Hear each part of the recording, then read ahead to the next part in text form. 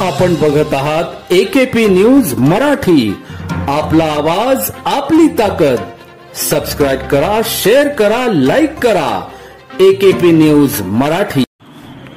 23 August रोजी रात्री 9 वाजे दरम्यान नाशिक रोड पोलीस स्टेशन समोरील गेट समोर रस्त्यावर अचानकरित्या MH15 EP 4743 या कारने अचानक पेट घेतल्याने आजूबाजूला परिसरात एकच खळबळ उडाली।